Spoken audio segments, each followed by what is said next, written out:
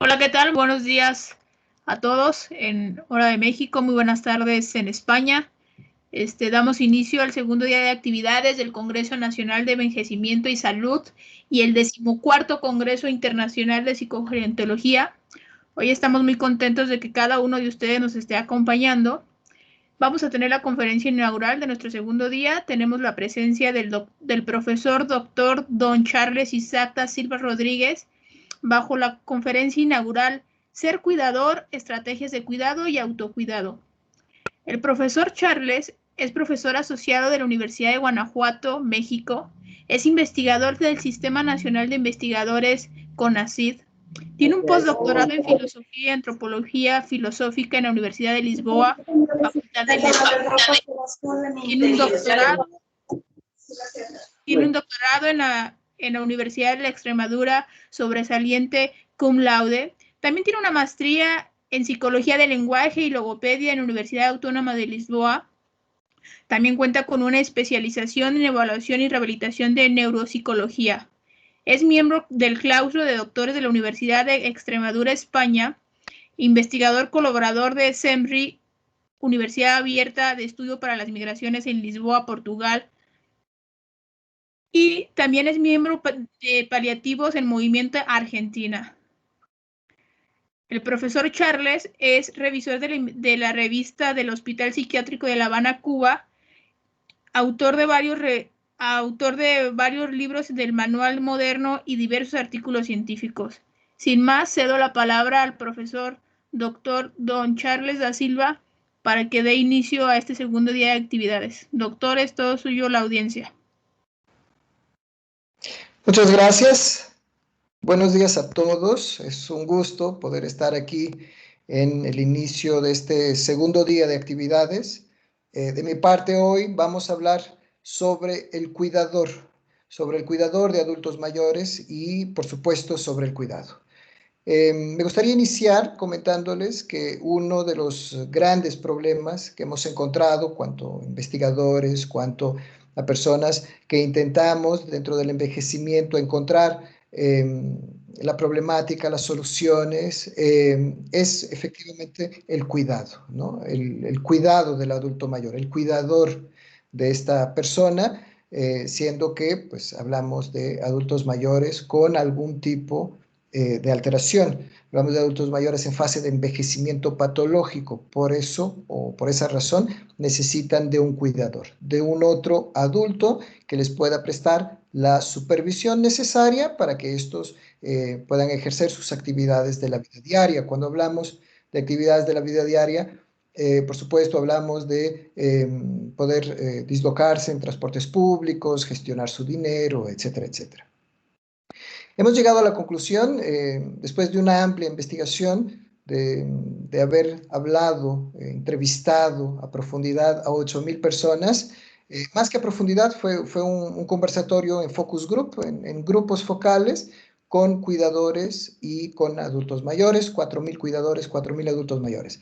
Entonces, un poco lo que les voy a conversar tiene que ver con todo lo que pudimos indagar, sistematizar de estas conversaciones. Nos dimos cuenta en algún momento que si es efectivamente un problema de orden de salud pública, pensar que durante estos años esperamos tener hasta 40 millones de adultos mayores con algún tipo de enfermedad neurodegenerativa. Digo estos años porque la marca estaba para el 2020, pero por supuesto con toda esta situación de la COVID-19 los números no tendrán la misma exactitud. Tal vez el próximo año podamos tener o contar con algunos datos más específicos. Y a nosotros lo que nos llamaba la atención es que a cada uno de estos 40 millones de adultos mayores tenemos un cuidador o varios cuidadores, depende de la percepción que podamos tener sobre este fenómeno. Entonces, en realidad, aunque veamos, percepcionemos el fenómeno como un cuidador para cada adulto mayor, tendríamos 40 millones de cuidadores bajo algún riesgo de alteración de la salud mental. Pensando en cuidadores informales, por supuesto, pero también debemos pensar en cuidadores formales. Por lo general, la idea es que el cuidador informal está más tiempo con el adulto mayor, pasa todo un día con el adulto mayor, 24 horas del día. Con el adulto mayor, entonces probablemente tendría o debería tener una sobrecarga mayor. Creo que también es importante porque pues, en esta investigación tuvimos diversos cuidadores formales, y cuando hablo de cuidadores formales también es importante decir que el cuidador formal es todo el profesional de la salud, el psicólogo, el trabajador social, el médico, el enfermero, pues al final de cuentas este equipo multidisciplinario va a estar cuidando del adulto mayor. Ahora, ¿cuál es la gran diferencia? Mientras un cuidador informal está 24 horas del día con el adulto mayor y efectivamente puede sufrir una sobrecarga, en los profesionales de la salud no tenemos un profesional de la salud 24 horas con un adulto mayor, pero tenemos un profesional de la salud que durante 8 horas de trabajo, 9, 10, va a estar con 17, 18, 20 adultos mayores. El cuidado es una sobrecarga en varios sentidos, ¿no? Yo hablo en el sentido psicológico, más que todo emocional. Existen varias perspectivas, la perspectiva de enfermería, cómo cuidar el adulto mayor que ya no puede hacer uso de su motricidad, etcétera. En nuestro caso hablamos del ámbito más emocional, ¿no? Que es uno de los factores que más puede generar sobrecarga. Entonces, la visión es un poco esta. Cuando iniciamos la investigación pensamos, bueno, si tenemos 40 millones de adultos mayores, enfermedad neurodegenerativa y que necesitan de cuidadores, tendremos entonces el mismo número de cuidadores en la sombra, ¿no? Y decimos en la sombra exactamente por esta situación de que podrían estar en riesgo de una alteración de la salud mental. En este sentido, creo que es importante, una vez que caracterizamos un poco lo que es este cuidador formal e informal, también importa decir que el cuidador informal es aquel que pues no se preparó. No se preparó en el sentido de que esta no era su profesión, no quería ser cuidador, nunca pensó en ser cuidador, acaba por ser cuidador por circunstancias de la vida, ¿no? Mientras el cuidador formal que es un profesional de la salud, pues ha hecho todo un trayecto en este sentido, es decir, estudiamos el envejecimiento porque nos gusta el envejecimiento, somos cuidadores porque nos gusta cuidar a adultos mayores. Entonces, esto yo creo que son los grandes puntos. Otra de las características era pues, que el cuidador informal acaba por no recibir una compensación económica por lo que hace, mientras el cuidador formal, por supuesto, como profesional de la salud tiene esa compensación. En algunos países, felizmente, este paradigma está cambiando. Países en este momento como Portugal ya tienen la figura legal y fiscal del cuidador. Entonces, todos los cuidadores que eran conocidos como informales, como familiares, amigos, que hacían el favor de alguna forma de cuidar, hoy por hoy, pues ya tienen todas sus regalías, derechos, como un profesional, ¿no? Entonces, hay un pequeño cambio de paradigma en este sentido para la conceptualización. Importa referir que para el cuidador es difícil que lleguemos, ¿no?, como profesionales de la salud y les digamos qué tienen que hacer. Yo creo que siempre es difícil para cualquier profesional que alguien de otra área llegue y nos diga qué debemos hacer. Entonces, este grupo de investigación lo que intentó fue buscar estrategias para ayudar en el cuidado. No fue en ningún momento nuestra intención querer enseñar al cuidador cómo hacer su trabajo. Entonces, para evitar algún tipo de conflicto, creamos una serie de estrategias con las cuales el cuidador podría cuidar mejor, en el sentido de que su calidad de vida podría mejorar, su comunicación con el adulto mayor podría mejorar y algunos otros factores que están relacionados con la sobrecarga. Entonces, en este sentido, Fuimos validando estrategias, algunas las comentaré el día de hoy, sobre cómo cuidar al adulto mayor para que el cuidador esté mejor, en vez de, como les comentaba, enseñar al cuidador, y reitero porque pues, en nuestra investigación vimos, y es normal, ¿no?, que al final de cuentas las personas no quieran que otros profesionales les enseñen a hacer su trabajo. Entonces, trabajamos una serie de estrategias, pero antes también me gustaría decir que es fundamental que las personas reconozcan la sobrecarga, ¿no? Nosotros, por lo general, hacemos algunos talleres, hemos ido a algunos estados en México a realizar algunos talleres, lamentablemente con la contingencia pues no lo hemos hecho, y pues en línea no los podemos hacer, no los podemos realizar, precisamente por esto, ¿no? En general, llevamos alguna realidad virtual, porque es más fácil para generar situaciones de estrés, y medimos, no medimos el estrés de las personas, por supuesto, pero medimos la reacción fisiológica de las personas. Entonces, llevamos un pequeño aparato de medición galvánica que mide temperatura del cuerpo y que mide sudoración. Entonces, se los colocamos a los participantes del taller y les ponemos realidad virtual, ¿no? Entonces, para que ellos puedan entender cómo la realidad virtual por lo general es una montaña rusa, ¿no? Entonces, a quien no le gusta es más estresante, pero a quien le gusta también en algún momento es estresante. Entonces, en las bajadas más intensas, la máquina empieza a señalizar, ¿no?, que está aumentando la temperatura del cuerpo, que está aumentando la sudoración, y esto se ve a través de un sonido que emite la máquina, ¿no? Y alguien está al lado de esta persona para ir viendo los cambios fisiológicos numéricamente, de forma cuantitativa, y luego se lo explica a la persona que está con la realidad virtual y que, pues, por supuesto, no puede ver la máquina. Entonces, ¿y esto para qué nos sirve? Importa que las personas tengan la noción de que el cambio fisiológico no se ve, no es visible, y muchas veces ni siquiera se siente. Es decir, esas personas sudoraron, a estas personas aumentó la temperatura del cuerpo, pero no se dieron. Son pequeños cambios fisiológicos que se van generando en una fase inicial. Entonces, ¿qué es lo que queremos demostrar al cuidador? Que por una mala comunicación, por situaciones a veces que, bueno, generan algún tipo de problema, aunque no sea un gran problema, el cuerpo del cuidador empieza de alguna forma a emitir señales. Estas señales son los cambios fisiológicos, pero que realmente no se ven.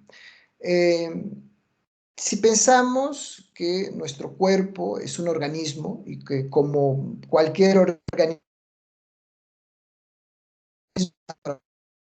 el estrés es una de ellas, que tanto nuestro ámbito psicológico como biológico está preparado para sufrir estrés. Ahora, lo que no está preparado es para tener un estado constante de estrés, ¿no? Pensemos en una máquina, pensemos en una válvula, pensemos en una serie de situaciones que podríamos comparar, realizar analogías, ¿no? Si yo tengo, no sé, tal vez un contagotas y lo utilizo todos los días durante varias horas, en algún momento el contagotas va a dejar de funcionar. Tiene un tiempo útil de vida, ¿no? Entonces, nosotros también, como organismo, como ser biológico, activamos una serie de estructuras cuando entramos en estrés. Estructuras cerebrales, estructuras cerebrales que también van a tener un impacto físico, ¿no? Entonces, el cuerpo reacciona. Si está constantemente reaccionando, por supuesto, en algún momento va a presentar alteraciones. De estas alteraciones se trata muchas veces la sobrecarga del cuidador.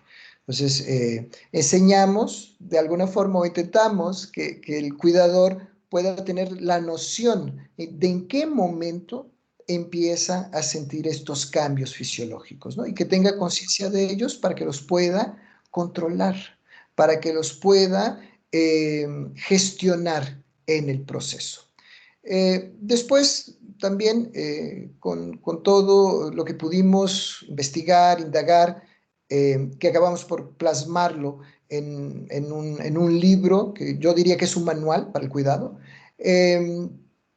También nos gusta referir, expresar cuáles son los primeros síntomas después de estos cambios fisiológicos, qué es lo que puede surgir para que los cuidadores, por supuesto, tengan atención y puedan seguir el desarrollo de su propia gestión emocional, de su estrés, etc. Por otro lado, también creo que es importante que tengamos la visión, la idea de que como cuidadores, seamos formales o informales, tenemos nuestras limitaciones, ¿no? Y debemos estar abiertos al cuidado.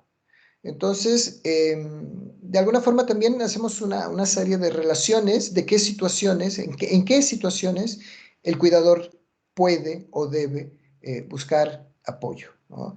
Creemos que las redes de apoyo son esenciales, por supuesto, pero también en algunas situaciones importa que el cuidador busque un apoyo profesional, en este sentido psicológico, psicoterapéutico. En algunas situaciones, por la experiencia que tenemos, terapias grupales o de familia, siendo que la familia siempre es la institución, por decirlo de alguna forma, que más afectada sale con el cuidado, ¿no? Entonces, algunas de las posibilidades, algo que también hemos insistido mucho en las formaciones, en los talleres y siempre que hablamos con instituciones o personas que están asociadas al cuidado, son los grupos de apoyo. Son fundamentales. Para el cuidador es la base para, en primer lugar, conciencializarse del cuidado. Si bien sabemos que el cuidado es algo que puede surgir fundamentalmente y de manera inesperada al cuidador informal, también sabemos que muchas veces los cuidadores entienden esta situación como un castigo, ¿no? Al menos nos lo comentan. Parece que me están castigando, ahora tengo que cuidar, ahora tengo que hacer esto. Entonces, la conciencialización de que realmente no es un castigo, es una situación de una enfermedad, como existen muchas otras, siendo que en el envejecimiento la enfermedad va a incidir con otro impacto, ¿no? Ayer, durante el Congreso, escuchamos varias veces hablar sobre esta cuestión del envejecimiento. Hasta hace 80 años envejecíamos a los 40 años. Con 45 años éramos personas con un envejecimiento saludable extraordinario. Hoy vivimos hasta los 80, 82 años, lo que ha proporcionado también al organismo mecanismos para generar algunas problemáticas, ¿no? Entonces, envejecemos más tarde, vivimos más tiempo y ponemos en causa muchas veces la calidad de vida, ¿no? Siendo que vivir más tiempo podría implicar de alguna manera que surjan enfermedades. También por otro lado, hemos escuchado muchas veces y en el día de ayer también en este Congreso tuvimos la oportunidad de escuchar que este envejecimiento más tardío también puede ser minimizado a nivel de salud con el estilo de vida de las personas, ¿no? Es decir, en lo general me gusta decir que el envejecimiento es como una factura, ¿no? Conforme a aquello que hacemos a lo largo de toda nuestra vida, será el precio a pagar en nuestro envejecimiento. Un envejecimiento saludable exige un estilo de vida equilibrado, sin exageros y fundamentalmente evitando todos los factores de riesgo, lo que no quiere decir que no se hagan las cosas, quiere decir que debemos de hacerla con alguna coherencia, ¿no? Pero bueno, del envejecimiento hablamos, yo quiero continuar a hablar del cuidador, entonces en este sentido también hemos verificado que cada vez más el cuidador del adulto mayor es una persona mayor, ¿no? Entonces, esto está igualmente asociado a la patología, a la enfermedad, y más que todo a esta cuestión emocional, ¿no? Al desbordar de las emociones, a la sobrecarga. Entonces, puesto esto, yo creo que existen algunas estrategias que yo quería compartir con vosotros el día de hoy, en los minutos que me restan, que todavía tengo en esta pequeña participación. Una de ellas, yo creería que es de las fundamentales, ¿no? De las principales, que es la gestión de tiempo. Cuando hablamos de gestión de tiempo, bueno, las personas siempre nos dicen, pues sí, claro, yo lo hago. Ahora, ¿cómo hacerlo, no? Hemos intentado de una forma o de otra expresar, ¿no?, la importancia de esta planificación. De alguna forma, sugerimos a las personas, a los cuidadores, cuando estamos con ellos, cuando hacemos formaciones, etcétera, que tengan como un horario, ¿no? Como muchas veces tenemos un horario para nuestras actividades, pues un horario para las actividades del cuidado. En este horario, lo que es fundamental, porque el horario, pues casi todos los tenemos, yo creo que casi todos los cuidadores tienen un horario por donde se van guiando para poder realizar el cuidado. Algo que generalmente no se pone en estos horarios es el tiempo. Y para nosotros, después de todas estas entrevistas, creemos que el tiempo es fundamental. Para darles un ejemplo, si empezamos nuestro horario a las 9 de la mañana, por supuesto que vamos a iniciar con las actividades más importantes para esa hora, ¿no? Van a existir algunas actividades menos importantes, ¿no?, que tienen que realizarse, pero que son menos importantes. No sé, tal vez, por ejemplo, durante todo el día tenemos una indicación de pagar la luz, ¿no?, pagar la cuenta de luz. Entonces, si tenemos todo nuestro horario y en algún momento el tiempo, vamos a utilizar más tiempo de lo que teníamos previsto, por supuesto que tenemos que retirar de nuestra lista, de nuestro horario, aquello que es menos importante. Sería, por ejemplo, la cuenta de la luz. Esto efectivamente si no fuera el último día, ¿no? Si no, pues sería un riesgo quedarse sin luz. Y entonces, en este sentido, el tiempo. ¿Cuánto tiempo demoramos para la higiene personal de un adulto mayor? 30 minutos, tal vez, ¿no? Pero existen días donde la motricidad, por alguna razón, es más lenta. O existen días que el adulto mayor se despierta más motivado y quiere conversar. Entonces, cualquier una de estas dos situaciones va a hacer con que en vez de 30 minutos podamos llevar 40, 45 minutos. Y no vamos a dejar de hacer el trabajo que tenemos que hacer, en este caso, la higiene personal del adulto mayor, porque habíamos estipulado 30 minutos. Lo que sí es importante es tener la noción que de esos 30 minutos nos pasamos 10 o 15 minutos para que podamos reajustar en nuestro horario en ese día. Cuando no colocamos el tiempo, nos quedamos con una percepción de tiempo que puede ser diferente al real, ¿no? A lo mejor estuvimos 20 minutos más con el adulto mayor y estos 20 minutos los tenemos que compensar. Si nuestra percepción es que estuvimos únicamente 5 minutos más del tiempo, esta compensación no será la mejor, pues algo más nos fallará sin que estemos preparados para ello, ¿no? Algo que también es muy importante, que el cuidador tiene que entender, bueno, el cuidador, yo creo que toda la gente, todos deberíamos entender que el día tiene 24 horas y no puede tener más. Nos encantaría, ¿no?, que tuviéramos días mayores, pero el día tiene 24 horas.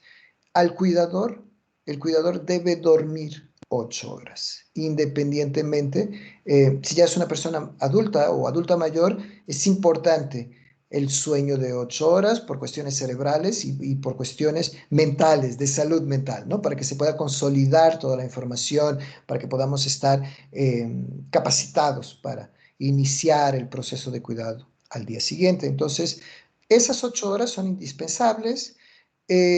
Pero hay otras cosas que el cuidador tiene que hacer, ¿no? Es decir, también tiene su higiene, tiene que vestirse, tiene que comer.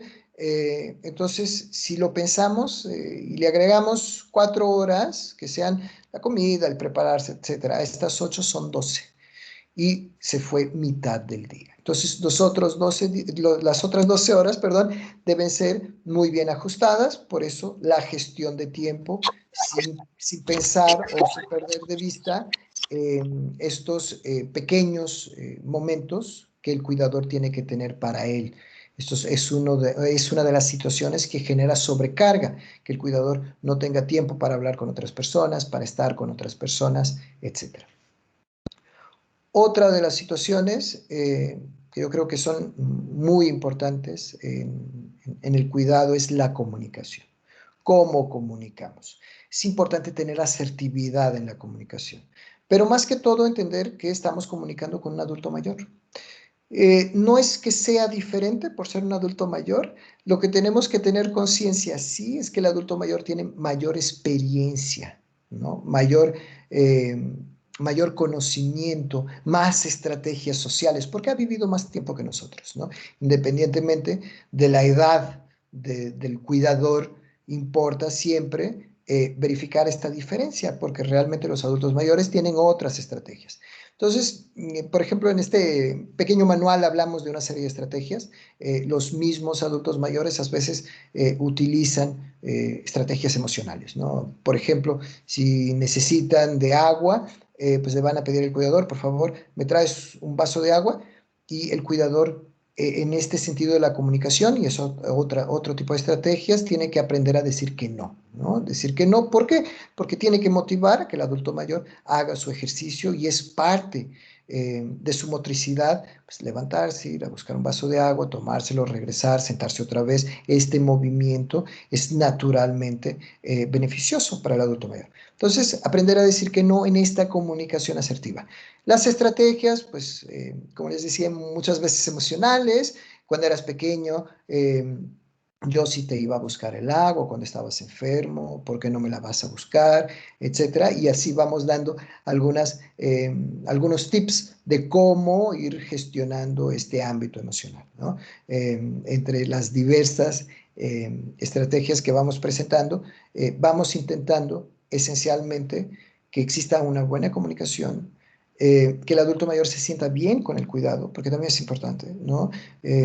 Escuchamos muchas veces, y no desviándome mucho del asunto por tiempo, escuchamos muchas veces el cuidador decir, bueno, a mi papá me lo llevo a mi casa, ¿no? Porque pues en mi casa está mejor, ¿no? Tiene de todo, no le va a faltar nada, pero nadie le pregunta al adulto mayor si es precisamente eso que quiere, ¿no? Salir de su espacio de confort. Yo les reto a que piensen, cuando salimos de casa, a mí me sucede muchísimo. Cuando voy a una conferencia y me quedo 2 días, ¿no? Lejos de mi casa, ya en el camino lo único que pienso es en casa, ¿no? En llegar a la casa. Es nuestro espacio de confort, es el espacio donde nos sentimos bien, es el espacio a donde siempre queremos regresar. Entonces, en ese sentido, pues el adulto mayor igual. El adulto mayor, aquello que quiere es, por supuesto, estar en su casa.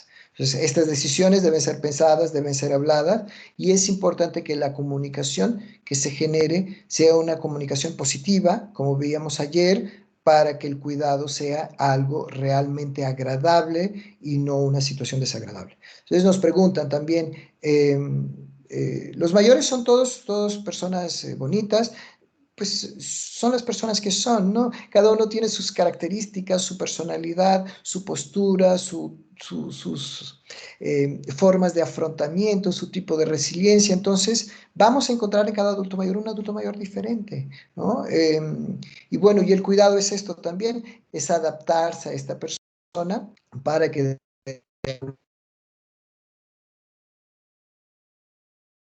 una forma de COVID-19, yo les dejaría 2 o 3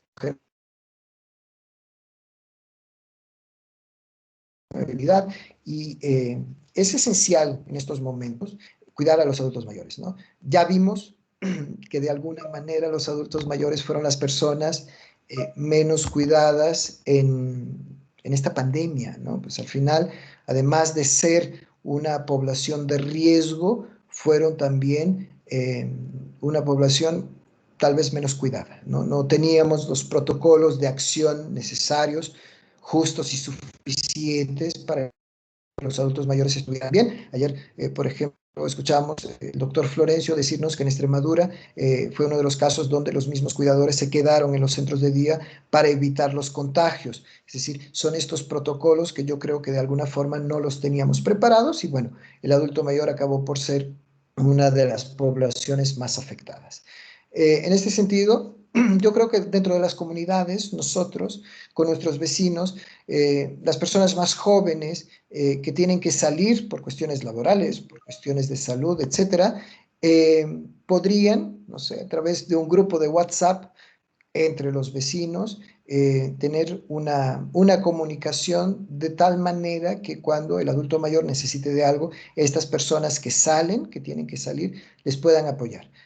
Un proyecto maravilloso que se realizó en Portugal en estos meses, concretamente en Isla de Madeira, fue que algunos médicos juntaron un grupo de jóvenes, jóvenes entre 18, 20, 22 años, estudiantes universitarios, que hacían las compras para los adultos mayores y se las llevaban a los adultos mayores, todavía lo hacen, para que los adultos mayores no salgan de casa. Les pagaban las cuentas, todo lo que era necesario para que el adulto mayor se pudiera mantener en confinamiento, siendo que los jóvenes sabemos que es una población menos afectada por la enfermedad y pues también por los cuidados que pueden tener, que el adulto mayor ya le es más difícil, ¿no? El uso de cubrebocas, la cuestión de la distancia, etcétera, etcétera. Entonces, creo que una de ellas, una de las estrategias podría ser esta, que dentro de las comunidades tengamos personas o un grupo que nos puedan ir ayudando. A los cuidadores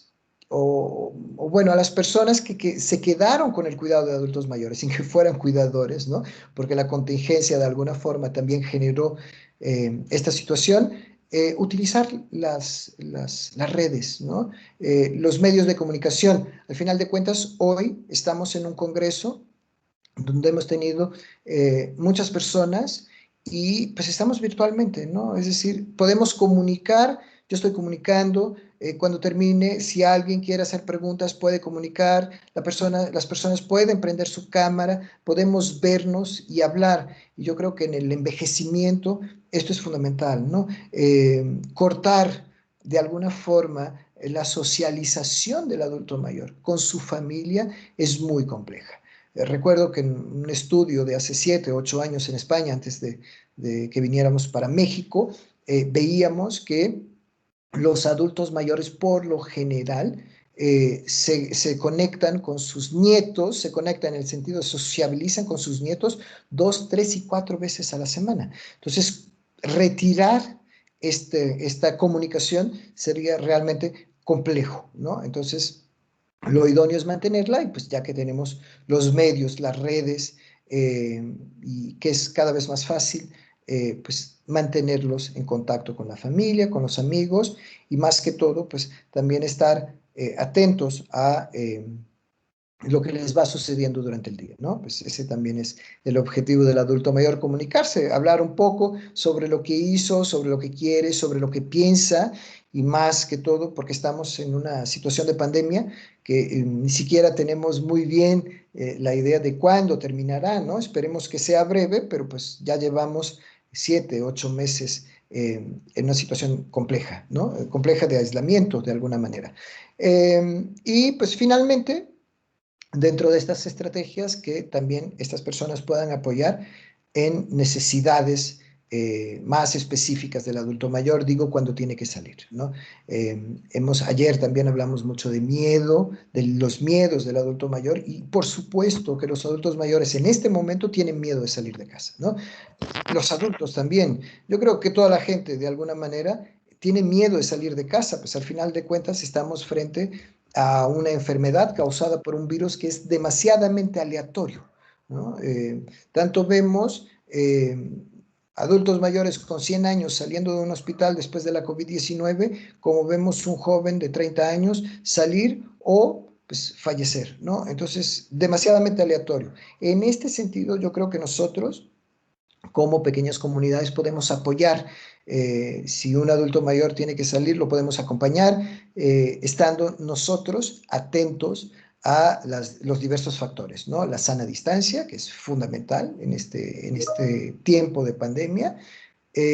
También por las cuestiones de lavado de manos, la utilización del cubrebocas, etcétera. Es importante, sería importante que estuvieran acompañados por estas personas. Las redes en este momento podrían ser una de las situaciones que mayor impacto pudieran generar a este cuidado, beneficiando, ayudando a los adultos mayores. Creo que y para terminar, creo que hemos hablado muchísimo del adulto mayor. y sabemos que el adulto mayor tiene el conocimiento, la experiencia que puede de alguna forma apoyar, ¿no? Ayudar a las personas. En algún momento preguntaban sobre el envejecimiento y sobre el adulto mayor, y yo les comentaba que el adulto mayor no es el problema, el adulto mayor es la solución del problema. Y digo del problema cuando hablamos efectivamente del ámbito social y económico. Ayer hablábamos de estas cuestiones económicas y podemos ver en algunos países con otras orientaciones de políticas públicas a nivel de salud y a nivel social, de cómo efectivamente el adulto mayor ha contribuido para un mejoramiento económico, social, educacional de estos países. Entonces, cabe también a nosotros ir realizando el cambio, ¿no? Es de nuestra responsabilidad también que este cambio se pueda ir generando. Muchas gracias. Muchísimas gracias, doctor Charles. Importantísimas reflexiones. En este momento aperturamos el espacio para dudas o preguntas. También pueden expresarlas por el chat con toda libertad. Ok, tenemos a Marta Eugenia. Marta Eugenia, tienes el uso de la voz. Sí, pero no sé, quiero ver si puedo participar porque no se ve que alce mi mano, no se ve mi imagen. Sí, sí la vemos, Marta. Ay, perfecto. Gracias. Adelante, Marta. Doctor Da Silva, muchas gracias. Muchas gracias por su participación y por el énfasis que hace en aspectos que me parecen varios, muy, muy importantes. Mire, yo le quiero comentar acerca de esto. Usted hace énfasis en que muchas veces el cuidador, tanto el formal como el informal, les cuesta trabajo asumir el que otras personas los puedan guiar para hacer eficientemente su trabajo. Y entonces yo me he estado observando, yo he observado que, por ejemplo, a muchos profesionales de la salud, dentro de la vieja enseñanza, les dicen, lo que menos puedas relacionarte emocionalmente con el paciente. Y lo manifiestan de una manera en general, ¿eh? Estoy hablando no solamente de los cuidadores de adultos mayores, lo manifiestan de una manera que a veces realmente es muy difícil de sobrellevar por nosotros los pacientes, ¿eh? Muy difícil, muy difícil. Yo sé, porque lo he vivido como paciente, que realmente entre más empoderado esté uno, mejor gestión va a poder hacer del padecimiento que uno tenga. Pero para ello necesita indiscutiblemente de la capacidad del humanismo, de la empatía del profesional de la salud. O sea, somos un binomio, necesitamos, ¿sí? Uno del otro, pero no pasa así. Entonces, yo creo que algo igual, volvemos a las raíces, que es en la escuela de los formadores de cualquier profesión de la salud, les hagan hincapié en que ese humanismo es vital para que el paciente se apegue al tratamiento. Y entonces esto daría como consecuencia que el cuidador formal no se sienta herido en su ego, porque no es más que ego, doctor. O sea, de veras que no es más que ego, ¿eh? Y es una tristeza darse uno cuenta que les está uno enseñando así, porque ¿quién mejor que uno se conoce? Y les está uno mostrando, doctor, y simplemente no. Entonces yo me pongo a pensar, ahorita con la propuesta tan interesante que usted está haciendo, somos un equipo interdisciplinario, necesitamos trabajar en conjunto, pues ¿cuándo se va a poder dar eso? Si está esta situación. Bueno, mi estimada María Eugenia, muchas gracias por el comentario. Yo cuanto a los egos no voy a comentar. Yo lo que sí creo que es importante es que muchas veces quien nos lo dice son los teóricos, ¿no? Yo también soy teórico, por supuesto, porque además de profesor soy investigador, pero pasé por la experiencia del cuidado, ¿no? Estuve 4 años además de otros cuidados informales. Como cuidador formal estuve durante 4 años con la Cruz Roja en España, en Extremadura, Badajoz. Entonces, conozco la realidad, ¿no? Conozco la realidad del cuidado, conozco la realidad de las situaciones y conozco la realidad de la enfermedad. Tal vez si alguien me contara algunas situaciones que viví, sería difícil de consolidarlas, ¿no? Pero bueno, tuve la oportunidad. Les puedo, entre muchísimas de ellas, les puedo comentar que teníamos una paciente, por ejemplo, que para ir desde el salón de descanso al baño tenía que pasar frente a la oficina de psicología, ¿no? Y yo estaba ahí sentado por la mañana y ella se levantaba y decía, voy al baño. Y llegaba a la puerta de la oficina y se regresaba. Y luego lo mismo, se levantaba, voy al baño, llegaba a la puerta de la oficina, se regresaba. Por supuesto que es una persona con enfermedad neurodegenerativa, tenía una enfermedad de Alzheimer, hizo el mismo movimiento, por decirlo de alguna forma, levantarse, decir que iba al baño y ir hasta la puerta de la oficina, lo hizo 32 veces en una mañana y no fue al baño. Entonces pasó a utilizar pañal porque pues se le olvidaba en ese pequeño trayecto que estamos hablando, que fueran 7, 8 segundos, se le olvidaba y se regresaba. Entonces, yo creería, y eso sí, estimada Marta, y lo hemos visto ahora en esta fase de línea, que, bueno, todos queremos aportar un poco, que algunas personas lo ven, lo hablan y lo conocen desde la teoría.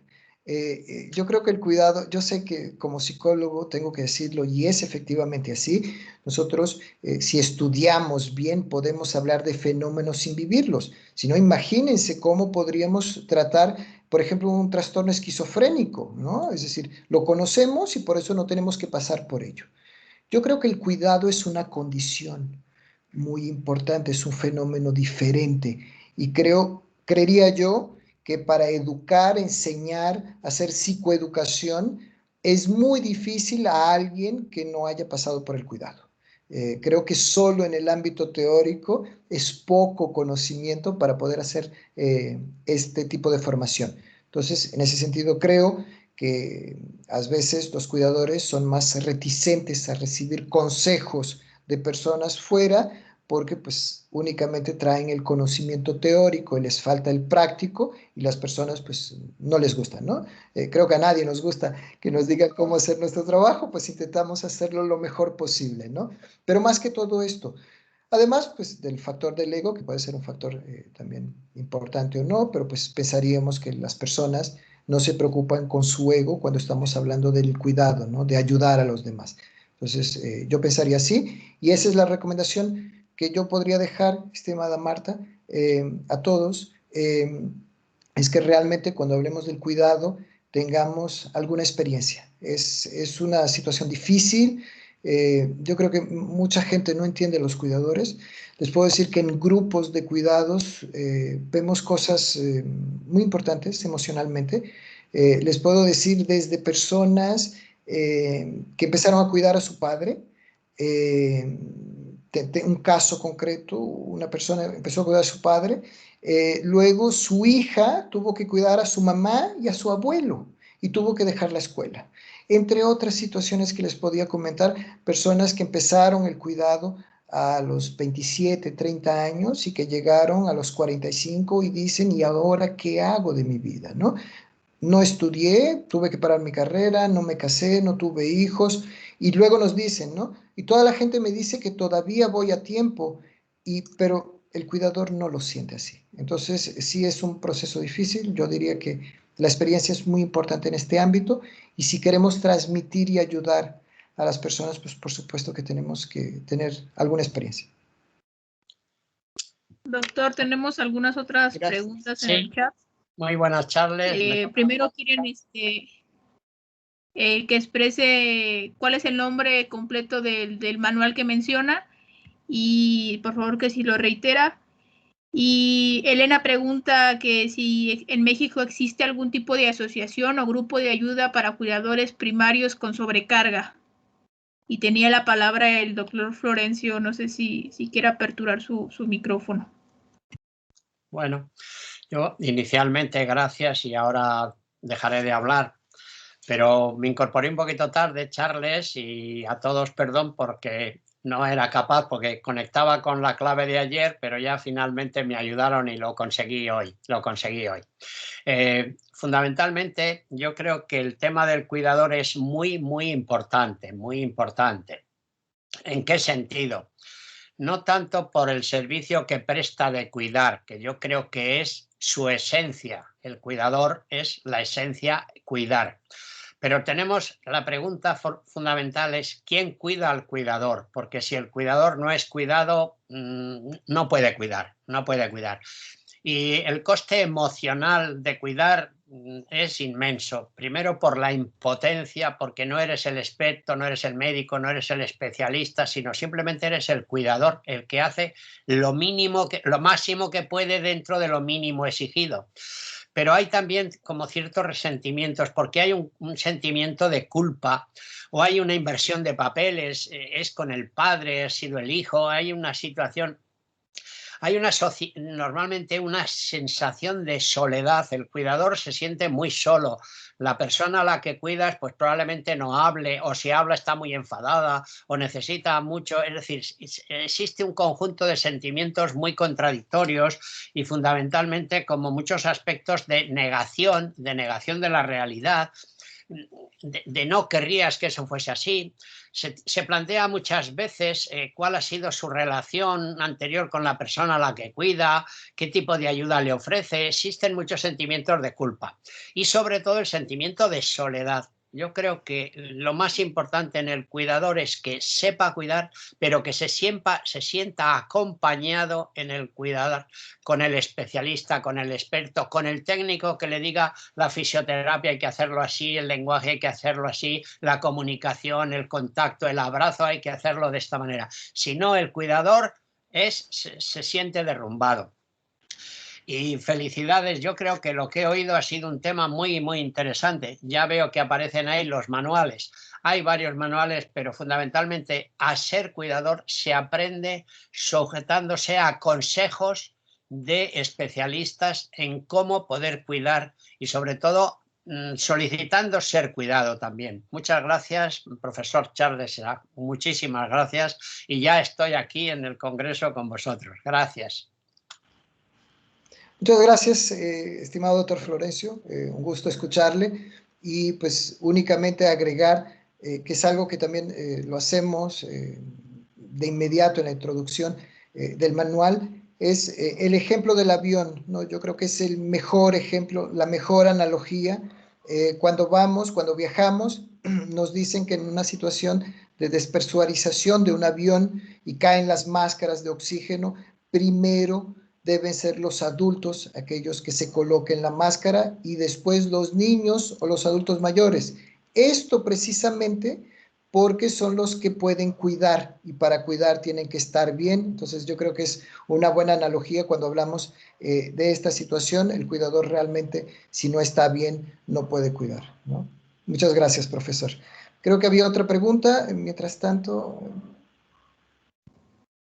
Sí, había otra pregunta de si conoce alguna otra asociación que se encargue sobre la carga de cuidados primarios, doctor. Pues realmente en México no conozco. Bueno, trabajamos mucho en Guanajuato estos últimos 4 años y realmente no conozco. No les podría apoyar. Sé que algunos grupos en México en este momento, algunas personas se están juntando para generar asociaciones civiles para poder apoyar en este sentido, ¿no? Es muy importante que tengan ese apoyo.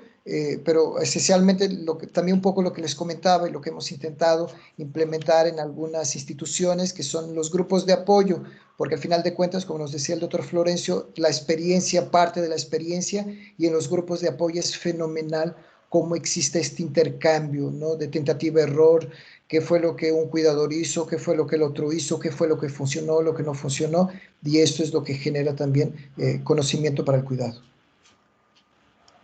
¿Hay alguna otra mano levantada, doctor? No sé si crea conveniente aperturar el micrófono o dar paso a la siguiente conferencia. Tenemos 3 minutos, si es algo breve, pues respondemos, si no, pues...